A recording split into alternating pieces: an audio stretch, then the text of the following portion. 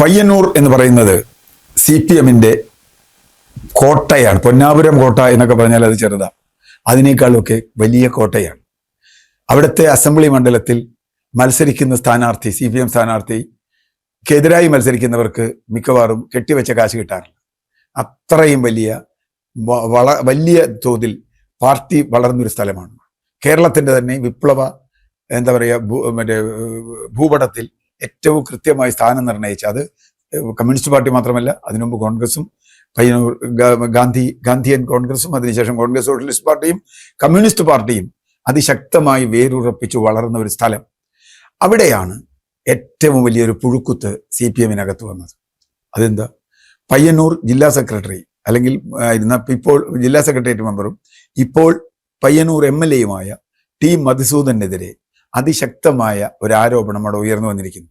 ഇതൊരു പുതിയ ആരോപണമല്ല. സത്യത്തിൽ 2022 മുതൽ, അല്ലെങ്കിൽ 2017 മുതൽ ഉണ്ടെന്ന് പറയുന്നു. 2017 തീർത്ത ഒരു കെട്ടിടത്തിന്റെ വരവ് പലതും കാണാതായി എന്ന് അന്ന് ഓഡിറ്റിങ്ങിനെ ഏൽപ്പിച്ച ഈ കുഞ്ഞികൃഷ്ണൻ എന്ന് പറയുന്ന ഒരു സഖാവ്, അദ്ദേഹം ഏരിയ സെക്രട്ടറി ആയിരുന്നു. അദ്ദേഹം ഈ കാര്യം പാർട്ടിയുടെ കമ്മിറ്റിയിൽ പറയുന്നു. കുറെ വർഷം കഴിഞ്ഞ് ആ കുറെ വരവ് തിരിച്ചു കാണുന്നു. ഇങ്ങനെ വരവ് വന്നിട്ടുണ്ട്. അങ്ങനെ കാണുമ്പോൾ കുഞ്ഞികൃഷ്ണന്റെ ഭാഷയിൽ പറഞ്ഞാൽ 2017 നിർമ്മിച്ച കെട്ടിടത്തിന്റെ നിർമ്മാണ ചെലവ് ഈ വരവിനനുസരിച്ച് കൂടുന്നു. അന്ന് നിർമ്മിച്ച് സഖാവ് പിണറായി വിജയൻ ഉദ്ഘാടനം ചെയ്ത കെട്ടിടത്തിന്റെ ചിലവ് എങ്ങനെയാണ് 2022 കൂടുന്നത്? അന്ന് ചെലവാക്കി കഴിഞ്ഞതല്ലേ, എല്ലാ പണിയും കഴിഞ്ഞതല്ലേ. അതിന്റെ മാർബിൾ വാങ്ങിച്ച ചെലവില്ല, ഈ ചെലവില്ല, ആ ചെലവില്ല, അങ്ങനെ പലവിധം. മാത്രമല്ല, 2 സഹകരണ സംഘങ്ങളിൽ നിന്ന് പിരിച്ച പണം കാണാനില്ല. 7 ലക്ഷത്തോളം രൂപ കാണാനില്ല. അതുപോലെ ധനരാജ് എന്ന് പറയുന്ന രക്തസാക്ഷിക്ക് വേണ്ടി പിരിച്ച ഫണ്ടിൽ നിന്ന് കുറെ ഫണ്ട് കാണാനില്ല. അതിന്റെ കണക്കുകളും കാര്യങ്ങളും ഒക്കെ വളരെ വ്യക്തമായി കുഞ്ഞികൃഷ്ണൻ പറഞ്ഞിട്ടുണ്ട്. അദ്ദേഹത്തിന്റെ പുസ്തകം വരുന്നു എന്ന് പറയുന്നുണ്ട്. അങ്ങനെ പറയുന്ന ഒരു സാഹചര്യത്തിൽ കുഞ്ഞികൃഷ്ണന്റെ ആരോപണങ്ങൾ വെറും പാർട്ടി വിരുദ്ധതയും പാർട്ടിക്ക് എതിരായി കൈക്കോടാലികൾ എന്ന രൂപത്തിൽ, പഴയ രൂപത്തിൽ, പണ്ടങ്ങനെയാണ്. പാർട്ടിക്കെതിരായ ആര് വർത്താനം പറഞ്ഞാലും അയാൾ 5-ാം പത്തിയാണ്, കുലംകുത്തിയാണ് എന്ന് പറഞ്ഞ് അതിനെ എതിർക്കുകയാണ് പാർട്ടി ചെയ്യാറ്. ഇവിടെ അതേ രൂപത്തിൽ പാർട്ടിയുടെ ജില്ലാ സെക്രട്ടറി ഇന്നലെ വന്ന് വലിയ തോതിൽ ഒരു പത്രസമ്മേളനം നടത്തി. ആ പത്രസമ്മേളനം നടത്തി നിമിഷങ്ങൾക്കകം ആ പത്രസമ്മേളനത്തിന് കൃത്യമായി കാര്യങ്ങൾ വെച്ചുകൊണ്ട് മറുപടിയും പറഞ്ഞു. അതിൽ രസകരമായൊരു കാര്യം, ഇദ്ദേഹം പെൻഷൻ ഫണ്ടായി കുറെ വാങ്ങിയെന്ന അദ്ദേഹം വളരെ കൃത്യമായി അതിൻ്റെ കണക്ക് പറഞ്ഞു. ഞാൻ സൊസൈറ്റിയിലാണ് വർക്ക് ചെയ്തിരുന്നത്, എനിക്ക് ഇത്ര ശമ്പളം ഉണ്ടായിരുന്നു, ഇത്ര ഗ്രാറ്റുവിറ്റി ഉണ്ടായിരുന്നു, ഇത്ര PF ഉണ്ടായിരുന്നു, ഇത്ര മറ്റ് ഫണ്ടുകൾ ഉണ്ടായിരുന്നു, ലീവ് എൻകാഷ്മെന്റ് ഉണ്ടായിരുന്നു, അത് ഓരോ മാസവും ഇത്രയാണ് എൻ്റെ ശമ്പളം, ലീവ് എൻകാഷ് ചെയ്തപ്പോൾ കിട്ടിയ പണം അത് ഇത്രയാണ് എന്ന് പറഞ്ഞുകൂടി അതിൻ്റെ പണി തീർന്നു. വേറെ ഒന്നും പറയാനില്ല. ഇപ്പൊ കുഞ്ഞികൃഷ്ണന്റെ പിന്നിൽ ആരുണ്ട് എന്ന് അന്വേഷിക്കില്ല. ഈ പിന്നിൽ ആളെ അന്വേഷിക്കല് വളരെ അപകടകരമാണ് പാർട്ടിക്ക്. കാരണം കുഞ്ഞികൃഷ്ണൻ പാർട്ടിയുടെ കൂടെ ഇത്രയും കാലം നിന്ന ഒരാളാണ്. അദ്ദേഹം ഇതുവരെ പാർട്ടിയുടെ പ്രത്യയശാസ്ത്രത്തിനെതിരായി ഒന്നും പറഞ്ഞിട്ടില്ല, പാർട്ടിയുടെ നയങ്ങൾക്കെതിരായി പറഞ്ഞിട്ടില്ല. പാർട്ടിയുടെ ഒരു നേതാവ് ചെയ്ത, അല്ലെങ്കിൽ ഒരു കമ്മിറ്റിയിൽ ഉണ്ടായ വലിയ അപകടത്തെക്കുറിച്ചാണ് പറഞ്ഞിട്ടുള്ളത്. അപ്പൊ തീർച്ചയായും കുഞ്ഞികൃഷ്ണൻ പറഞ്ഞ പരാതി ഞങ്ങൾ അന്വേഷിച്ചു, കമ്മീഷനെ വെച്ചു. പക്ഷെ കൃത്യമായ ഒരു ചോദ്യമുണ്ട്. ധനരാജ് ഫണ്ട് പിരിച്ചത് എത്ര? കെട്ടിട ഫണ്ട് പിരിച്ചത് എത്ര? അതിന് ചിലവാക്കിയത് എത്ര? അതിനുള്ള പാർട്ടിയുടെ മറുപടിയാണ് ജനങ്ങളെ പുച്ഛിക്കുന്ന മറുപടി. കണക്കൊന്നും നിങ്ങളോട് പറയേണ്ട കാര്യമില്ല, അത് പാർട്ടിക്കാരെ ഞങ്ങൾ പറഞ്ഞ് ബോധ്യപ്പെടുത്തിക്കോളാം എന്ന് പറഞ്ഞാൽ, ഇവിടെ വലിയൊരു കൊള്ള നടന്നിട്ട് എൻ്റെ വീട്ടിൽ നിന്ന് ഒരാൾ പണം കൊള്ള ചെയ്തു പോയാൽ, പണം കൊള്ള ചെയ്തു പോയി, അല്ലെങ്കിൽ ഒരു പൊതു സ്വത്ത് കൊള്ള ചെയ്തു പോയി എന്ന് പറഞ്ഞാൽ, അത് കൊടുത്ത ആൾ ഞങ്ങൾ തീരുമാനിച്ചോളാം, ഞങ്ങൾ വീട്ടുകാർ തീരുമാനിച്ചോളാം, ഞങ്ങൾക്ക് പ്രശ്നമൊന്നുമില്ല എന്ന് പറഞ്ഞാൽ, ആ വീട്ടിലുള്ള അല്ലെങ്കിൽ ആ പാർട്ടിയിലുള്ള ഒരു അംഗം തന്നെ വന്ന് കൃത്യമായി കണക്ക് കൊടുത്തതാണ്. അദ്ദേഹത്തിൻ്റെ കയ്യിൽ കൃത്യമായി കണക്കുണ്ട്. ഒരു ക്രിമിനൽ കുറ്റം, ഒന്നല്ല പല ക്രിമിനൽ കുറ്റങ്ങൾ ഇവിടെ നടന്നിട്ടുണ്ട്. അപ്പൊ ക്രിമിനൽ കുറ്റം തീരുമാനിക്കാൻ പാർട്ടിയുടെ അന്വേഷണ കമ്മിറ്റി, പാർട്ടിയുടെ സമിതി, പാർട്ടിയുടെ കോടതി, പാർട്ടിയുടെ ആളുകൾ അങ്ങനെ തീരുമാനിച്ചാൽ ഒരു ക്രിമിനൽ കുറ്റം ഇല്ലാതാവും. ജനങ്ങളിൽ നിന്ന് പിരിച്ച പൈസയാണ്. നിങ്ങൾ പാർട്ടിക്കാരിൽ നിന്ന് പിരിച്ചിട്ടുള്ളൂ, വേറെ ആരും പിരിച്ചിട്ടില്ല എന്ന് പറഞ്ഞിട്ട് കാര്യമില്ല. ഇതൊരു പബ്ലിക് ഫണ്ടാണ്. രശീതി കാണാതായതിന്റെ വിഷയത്തെക്കുറിച്ച് പറയുന്നുണ്ട്. 2 കുറ്റികൾ കാണാതായി, അത് 2 മധുസൂദന് കൊടുത്തതാണ്. അവസാനം കുറെ കഴിയുമ്പോൾ അതിൽ ഒരു കുറ്റി തിരിച്ചു വന്നു. മാത്രമല്ല, C. കൃഷ്ണൻ എന്ന് പറയുന്ന ആൾക്ക് കൊടുത്ത കുറ്റി വേറെ വ്യാജ കുറ്റിയാണ്. C. കൃഷ്ണൻ അവിടുത്തെ പഴയ MLA ആണ്. C. കൃഷ്ണന് കൊടുത്തത് വ്യാജ കുറ്റിയാണ്. എങ്ങനെയാണ് വ്യാജ റെസീറ്റ് കുറ്റി കൊടുക്കുന്നത്? അതുപോലെ നിരവധി ഈ ഫണ്ട് പിരിവിന്റെ ഇതുപോലെ നിരവധി വെട്ടിപ്പുകൾ നടക്കുന്നുണ്ട് എന്ന് കുഞ്ഞികൃഷ്ണൻ പറഞ്ഞതിലൂടെ വന്നിട്ടുണ്ട്. അപ്പോൾ രക്തസാക്ഷി ഫണ്ട് വേണ്ടത്ര ഉപയോഗിച്ചില്ല. രക്തസാക്ഷി കുടുംബത്തിന് തന്നെ അതിന് പരാതി ഉണ്ടെന്ന് പറയുന്നു, നമുക്കറിയില്ല. അതുപോലെ പാർട്ടി കെട്ടിട നിർമ്മാണ ഫണ്ട് ഉപയോഗിച്ചില്ല. ഈ ക്രിമിനൽ കുറ്റം ചെയ്തിട്ട് പാർട്ടി തീരുമാനിച്ചോളാം, നിങ്ങളോട് പറയേണ്ട, പൊതുസമൂഹത്തിനോട് പറയേണ്ട ഒരു ക്രിമിനൽ പോലീസ് നടപടിയൊന്നും ആവശ്യമില്ല എന്ന രൂപത്തിൽ നിലപാടെടുക്കുന്നത് വളരെ വളരെ അപകടകരമായ ഒരു കാര്യമാണ്. വളരെ അപകടകരം എന്ന് പറഞ്ഞാൽ ഇതാണ് പാർട്ടി മുമ്പും ചെയ്തത്. പാർട്ടി സഖാക്കൾക്കെതിരെ സ്ത്രീകൾക്കെതിരായ അതിക്രമം നടത്തിയ പരാതി വന്നപ്പോൾ പാർട്ടി കമ്മീഷൻ വെച്ചു, തീവ്രത പരിശോധിച്ചു. പാർട്ടി പറഞ്ഞു വേണ്ട. തീവ്രത നോക്കിയിട്ടല്ലല്ലോ ശിക്ഷിക്കുന്നത്. ഒരു സ്ത്രീക്കെതിരായ ആരോപണം വന്നാൽ തീവ്രത നോക്കിയിട്ടല്ല ശിക്ഷിക്കുന്നത്. ഒരു കളവ് കേസ് നടന്നാൽ, ഒരു തട്ടിപ്പ് കേസ് നടന്നാൽ തീവ്രത നോക്കിയിട്ടല്ല. കോൺഗ്രസ്സുകാരോട് ലീഗുകാരോടും സ്ഥിരം ചോദിച്ചുകൊണ്ടിരിക്കുകയുള്ളൂ, നിങ്ങളുടെ വയനാട് ഫണ്ട് എവിടെയായി? രാഹുൽ മാങ്കോട്ടത്തിന്റെ വിഷയം വന്നപ്പോഴും വയനാട് ഫണ്ടാണല്ലോ എടുത്തിട്ടടിച്ചത്.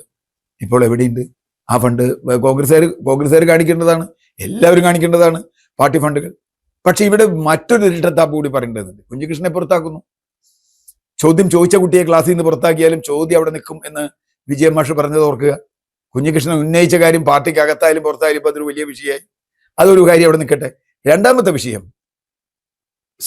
ഈ ശബരിമല കൊള്ള കേസിൽ പോലീസ് കണ്ടെത്തി കുറ്റവാളിയാണെന്ന് കണ്ടെത്തി ജാമ്യം പോലും നിഷേധിക്കപ്പെട്ട് ജയിലിൽ കിടക്കുന്ന 3 പ്രധാന സഖാക്കളുണ്ട്. ആ 3 സഖാക്കൾ നമ്മുടെ പത്മകുമാറും വാസവും വിജയകുമാറും ഇപ്പോൾ ഏറ്റവും ഒടുവിൽ മറ്റേ ഇദ്ദേഹവും, അത് CPI കാരനാണ്. അത് പോട്ടെ. ഈ 3 പേർക്കെതിരെ ഇതുവരെ ഒരു നടപടിയും പാർട്ടി എടുത്തില്ല. അപ്പൊ പറഞ്ഞെന്താ? കുറ്റപത്രം കിട്ടട്ടെ എന്ന്. ഇദ്ദേഹത്തിനെതിരെ കുറ്റപത്രമുണ്ടോ? കുഞ്ഞികൃഷ്ണനെതിരെ കുറ്റപത്രമുണ്ടോ? കുഞ്ഞികൃഷ്ണനെതിരെ ഏതെങ്കിലും കാര്യമുണ്ടോ? പാർട്ടി അച്ചടക്കം. ഇവിടെ പാർട്ടി മനസ്സിലാക്കേണ്ട ഒരു കാര്യം, ഇത്തരത്തിലുള്ള ഈ പഴയ ലെനിനിസ്റ്റ് എന്നൊക്കെ നമ്മൾ പറയുന്ന ഏകാധിപത്യപരമായ ചട്ടക്കൂട് പാർട്ടിക്ക് ഇനി നടക്കില്ല എന്നുള്ളതാണ് സത്യം. അത് പൊളിഞ്ഞു കഴിഞ്ഞിരിക്കുന്നു. അങ്ങനെ ഒരു ചട്ടക്കൂട് ഒരു വിപ്ലവ പാർട്ടിക്ക് യോജിച്ചതാണ്. പക്ഷെ ഒരു ജനാധിപത്യ പാർട്ടിക്ക് അതല്ല. ജനാധിപത്യ പാർട്ടിയെ സംബന്ധിച്ചിടത്തോളം സുതാര്യതയും ജനാധിപത്യവും അതിൽ വളരെ പ്രധാനമാണ്. അങ്ങനെ അല്ലാന്നുണ്ടെങ്കിൽ ആ പാർട്ടി നിൽക്കില്ല, ആ പാർട്ടി തകർന്നു പോകും. ആ സുതാര്യതയും ജനാധിപത്യവും കൊണ്ടുവരാൻ CPM കഴിഞ്ഞില്ല എങ്കിൽ ഒരു സോഷ്യൽ ഡെമോക്രാറ്റിക് പാർട്ടിയായി മാറുന്നതിൽ നിന്ന് പോലും അത് പരാജയപ്പെടും. അങ്ങനെയാണ് ലോകത്തെ കമ്മ്യൂണിസ്റ്റ് പാർട്ടികൾ പരാജയപ്പെട്ടിട്ടുള്ളത്. കമ്മ്യൂണിസ്റ്റ് പാർട്ടികൾ പല രാജ്യങ്ങളിലും, പ്രത്യേകിച്ച് യൂറോപ്പിലൊക്കെ, ഒരു സോഷ്യൽ ഡെമോക്രാറ്റിക് പാർട്ടിയായി, ഒരു ജനാധിപത്യ പാർട്ടിയായി, അതിൽ അഭിപ്രായ സ്വാതന്ത്ര്യമുണ്ട്, പബ്ലിക്കായി അഭിപ്രായം പറയാൻ കഴിയും, അതിലെ ഫണ്ടുകൾ സുതാര്യമാണ്. അങ്ങനെ വരുന്ന ഒരു ജനാധിപത്യ പാർട്ടിയായി മാറാൻ തങ്ങൾ തയ്യാറല്ല. തങ്ങൾ ഇപ്പോഴും ആ പഴയ എന്താ പറയുക ഫാസിസ്റ്റ് ചട്ടക്കൂട്, ലെനിനിസ്റ്റ് എന്നൊക്കെ അവർ പറയുമെങ്കിലും യഥാർത്ഥത്തിൽ ലെനിനിസത്തിൽ മാർക്സിസം പോയാൽ പിന്നെ ലെനിനിസം എന്ന് പറയുന്നത് ഫാസിസമാണ്. ഇതിൽ മാർക്സിസം ഒന്നും ഇവർക്കില്ലല്ലോ, പ്രത്യയശാസ്ത്രമൊന്നും ഇല്ലല്ലോ. അതുകൊണ്ട് ഇത് ഫാസിസ്റ്റ് ചട്ടക്കൂടാണ്. പാർട്ടി പറഞ്ഞാൽ കേട്ടോളണം. കുഞ്ഞികൃഷ്ണന്റെ ഒരു കമന്റ് വളരെ പ്രധാനമാണ്. ഇപ്പോൾ രാത്രിയാണ് എന്ന് പട്ടാപ്പകൽ വന്ന് MV ജയരാജൻ ജില്ലാ സെക്രട്ടറി പറഞ്ഞാൽ, അല്ലെങ്കിൽ ഒരു നേതാവ് പറഞ്ഞാൽ ഞാനത് അംഗീകരിക്കേണ്ട കാര്യമില്ല. കാരണം വസ്തുനിഷ്ഠമായി യാഥാർത്ഥ്യം നമ്മുടെ മുമ്പിൽ നിൽക്കുകയാണ്. ഈ കേന്ദ്രീകൃത ജനാധിപത്യവും ജനാധിപത്യ കേന്ദ്രീകരണവും ഒക്കെ വരുന്നത് വസ്തുനിഷ്ഠതയുടെ അടിസ്ഥാനത്തിലാണ്. ഒരു സത്യമാണ് നേതൃത്വം പറയുന്നതെങ്കിൽ ജനങ്ങൾ അംഗീകരിക്കണം, തെറ്റുപറ്റിയ ആൾ തിരുത്തണം. പക്ഷെ ഇവിടെ അങ്ങനെയല്ല. നേതൃത്വം പറയുന്നത് ഞങ്ങളുടെ കളവ് ഞങ്ങൾ പറയാൻ തയ്യാറല്ല, നിങ്ങൾ എന്താ ചെയ്തു എന്നാണ്. അങ്ങനെ പറയുന്നത് ഒരു ലെനിനിസ്റ്റ് നേതൃത്വമല്ല, അതൊരു ഫാസിസ്റ്റ് നേതൃത്വമാണ്. അടിയന്തരമായി തങ്ങളുടെ സംഘടനാ രീതി മാറ്റാൻ CPM തയ്യാറല്ലെങ്കിൽ ഇത് തകർന്നു പോകും. അതുകൊണ്ടാണ് പറഞ്ഞത്, ഇപ്പോൾ പണ്ടൊക്കെ പോളിറ്റ് ബ്യൂറോ അല്ലെങ്കിൽ യോഗം എന്നൊക്കെ പറഞ്ഞാൽ വളരെ രഹസ്യാത്മകതയാണ്. ഇപ്പൊ നിങ്ങൾ ശ്രദ്ധിച്ചിട്ടില്ലേ? പോളിറ്റ് ബ്യൂറോ യോഗം നടക്കുമ്പോഴും സെൻട്രൽ കമ്മിറ്റി നടക്കുമ്പോഴും സംസ്ഥാന കമ്മിറ്റി നടക്കുമ്പോഴും ഒക്കെ TV ചാനലുകളിൽ ഇങ്ങനെ സ്ക്രോളിംഗ് വരും. പിന്നെ അത് വന്നിട്ട് നുണയാന്നൊക്കെ പറഞ്ഞാലും പിന്നെ നമുക്ക് മനസ്സിലാവുന്നത് സത്യമാണ്. TV ചാനലുകളിൽ ആർക്കെതിരെ വിമർശിച്ചു, എന്തെല്ലാം വിമർശനങ്ങൾ ഉന്നയിക്കപ്പെട്ടു എന്നൊക്കെ പാർട്ടി കമ്മിറ്റിയിലെ വിവരങ്ങൾ ചാനലുകൾക്കും സോഷ്യൽ മീഡിയയ്ക്കും കിട്ടുന്ന ഒരു കാലത്താണ് നാം ജീവിക്കുന്നത്. ആ ട്രാൻസ്പെറൻസി മറികടക്കാൻ ഈ പഴയ സംഘടനാ രീതി കൊണ്ട് നടക്കില്ല. കുഞ്ഞികൃഷ്ണൻ പറഞ്ഞതിൽ സത്യമുണ്ടെങ്കിൽ അതറിയണം. അതിൽ കുറ്റക്കാരെ നിയമപരമായി ശിക്ഷിക്കാൻ പാർട്ടി തയ്യാറാവണം. മധുസൂദനല്ല ആരായാലും അത് ശിക്ഷിക്കാൻ തയ്യാറാവാത്തിടത്തോളം ഈ രാജ്യത്തെ നിയമവ്യവസ്ഥയെ പാർട്ടി അംഗീകരിക്കുന്നില്ല എന്ന് വരുന്നു. ഈ രാജ്യത്തെ നിയമത്തിനപ്പുറത്താണ്. പണ്ട് പള്ളിയിലെ സ്വത്തിന്റെ തർക്കം വന്നപ്പോൾ ഒരു ബിഷപ്പ് പറഞ്ഞു കാനോൻ നിയമമാണ് ഞങ്ങൾക്ക് ബാധകം. അപ്പോൾ കോടതി പറഞ്ഞു കാനോൻ നിയമമല്ല ബാധകം, ഇന്ത്യൻ നിയമമാണ് ബാധകം. പാർട്ടിക്കും പാർട്ടി നിയമങ്ങളല്ല ബാധകം, ഇന്ത്യൻ നിയമമാണ് ബാധകം, BNS ആണ് ബാധകം എന്ന് പാർട്ടി മനസ്സിലാക്കുക. അങ്ങനെയാണ് പാർട്ടി ജനാധിപത്യത്തിന്റെ ഭാഗമാവുക.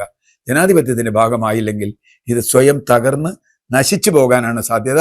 അത് സോവിയറ്റ് യൂണിയൻ മുതൽ ബംഗാൾ വരെ നമ്മൾ കണ്ടതാണ്.